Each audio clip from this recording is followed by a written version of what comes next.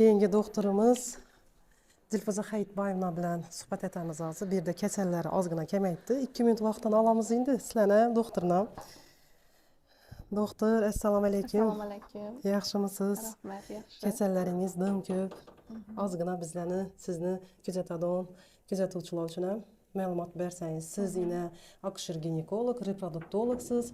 Hozir bu kasallaringiz qaysini bo'yicha kelib o'tiribdi olasiz? Demak, men akushер ginekolog, reproduktolog Davletova Dilfuza 15 yillik stajga egaman. Asosiy meni qiladigan ishim ginekologический muammolari bor ayollarni sog'lomlashtirish. Ya'ni bu qanday muammolar?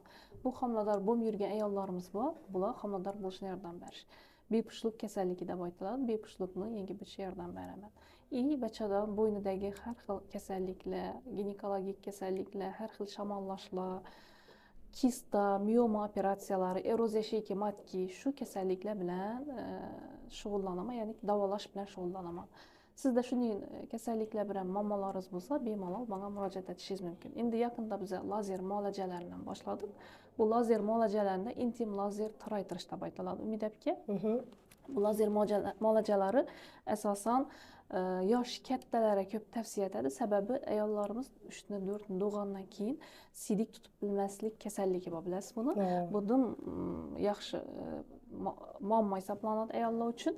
Bu kasallikni biz lazer muolajalarini 2 yoki 3 kurs lecheniya buyursak, ya'ni qilsak, bu siydik tutish muammosidan qutuladilar. Oldinlari bu narsalar operatsiya qilingan. Bachadon osilishi deb aytiladi. Bu opущение bizning tilimiz bilan aytganda, bachadon osilishlari oldin faqat operatsiya yo'li bilan qilinar edi. Hozir masalan ko'pchilik ayollarimizning imkoni yo'q, ko'pchilik ayollarimiz yosh bolasi bor, uyindagi sharoit og'ir. Bu narsani operatsiyani qildira olmaydi. Ya'ni shu muammo bilan ayollarimiz yuridi to yosh katta bo'lincha. Bu yaxshi amaliyot hisoblanadi, ayollar uchun yengillik hisoblanadi. Bu amaliyotni olgandan keyin bemalol uyina borib ishini ham atadi, klinikada yotish shart emas, bolalarni ham qarayveradi, uyin ovqatini ham pishiraveradi, hech qanday sog'liq uchun ham zarari yo'q. Ya'ni o'ta foydali muolaja hisoblanadi. Qo'rqinchli emas ekan. Qo'rqinchli emas, hech qanday kasish bo'lmaydi, hech qanday kuydirish bo'lmaydi, hech qanday muammosiz o'zi turib yurib ketaveradi. Asosiy meni qiladigan, ya'ni davolaydigan o'zim haqiqiy o'qigan kasbim bu bepushtlikni davolash hisoblanadi. Ya'ni farzandsiz oilaga quvonch ulash. Bepushtlikni bilasiz, Umid aka, faqat ayollar emas, erkaklardan bo'ladi. Ya'ni bepushtlik bu ikki xotinni sababi, ya'ni sabab erda ham ayolda bo'ladi. Shunga qarab erkaklar bepushtlik bo'ladi, ayollar bepushtlik bo'ladi. Bizani o'zbek mentalitetimizda bepushtlik, ya'ni homilador bo'lib yurganni o'ziga yaratilar bor. Ginekologga ko'rin, ginekologga davolanib deb. Bu xato. Ya'ni oldin erini tekshirishimiz kerak. Yani erkak tekshirganimizdan keyin agar erkak sog'lom bo'lsa, biz ayol bilan shug'ullanamiz. Ya'ni ayoldagi bepushtlikning sababini aniqlab davolashga yordam beramiz. Shuning uchun bepushtlik bo'yicha murojaat etib keladigan oilalarimizga iltimos etib qolaman. Iloji bo'lsa, xotin birga kelib davolanishlari shart. Shunday holatlar bo'lgan, er yuboradi, qaynotasi yuboradi, ko'ramay ayol sog'lom, davolaymiz, natija bo'lmaydi. Bu doktorni yaxshi davolab bilmading degan har xil gap so'zlari olib kelishi mumkin. Erkakina spermogramma topshirtirib ko'rsak, erkakda spermogramma foizlari past, morfologiyasi past chiqadi. Shuning uchun bu bepushtlikni davolaganimizda asosiy xotinni ikkisini birga davolashimiz shart. Lazer muolajalarini kelsalar ayollarimiz Umid akasini aytib kelsalar, albatta skidka etib beramiz. Sababi lazer muolajalar faqat toraytirish, oqartirish emas, выделениялari, masalan, shamollashlari bor ayollar, avvaldan masalan xronический shamollash deb aytamiz. Shunday shamollashlar bor ayollarning shamollashlarini ham ta'sir etadi, ya'ni yordam beradi. Shuning uchun kutib qolamiz. Rahmat doktor. Siz bilan o'zi suhbatimiz uzoq davom etishi kerak edi, lekin girishda mijozlarimiz kutib o'tirdi ekan.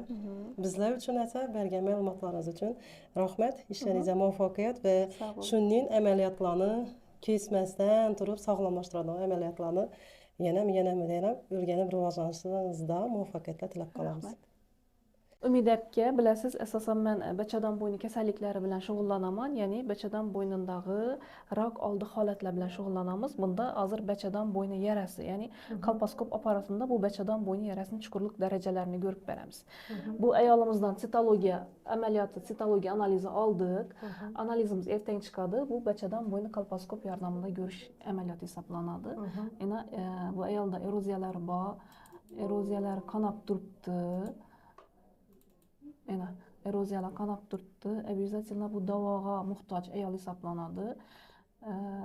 Bu amaliyotimizda rak oldi kasalliklari, bachadan bo'ynini eroziyalan chuqurliklarini aniqlasak bo'ladi.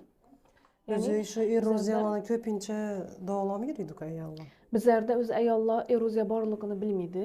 Ya'ni ular keladi, kreslo chiqqandan keyin biz aytamiz. Sababi eroziya hech qachon shikoyat bermaydi, og'riq bermaydi. Chuqurlashganda, o'tlashganda, ya'ni rakka aylanish bosqichlarında og'riq beradi, jinsiy aloqa paytida qon ketishi mumkin. Shundagina bizlarga murojaat etib keladilar. Bu ayollarimizda endi eroziyani endi boshlangan davrlarida biza kresloda ko'rganda aytib berib bilamiz. Kresloda ko'rinmayincha eroziyani aniqlab berib bilmaydi. Faqat aniqlanadi rak holatini o'tganda. Shuning uchun ayollarimiz har 6 oydan ginekolog ko'rigidan profilaktik faqat nazorat uchun ko'rinib turishlari shart.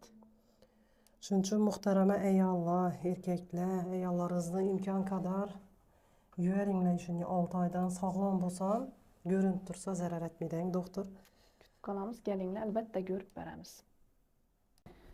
Bu bizning lazer apparatimiz, ya'ni lazer amaliyotini biz lazer apparatida o'tkazamiz.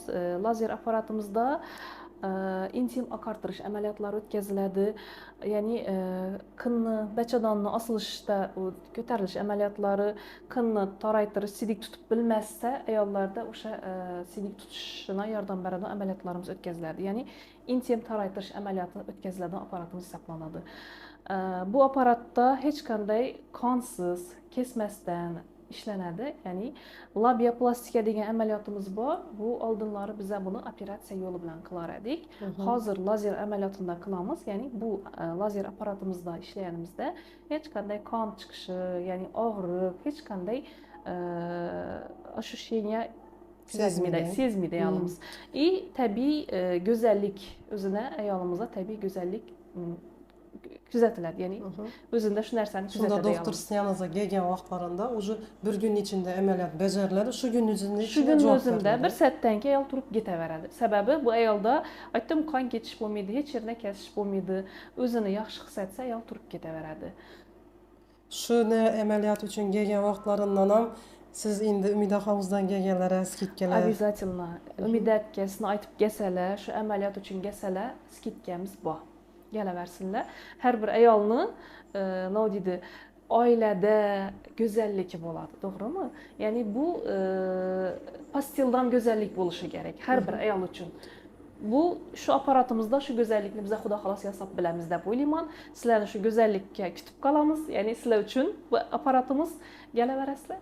Harakatdalar doktorlar.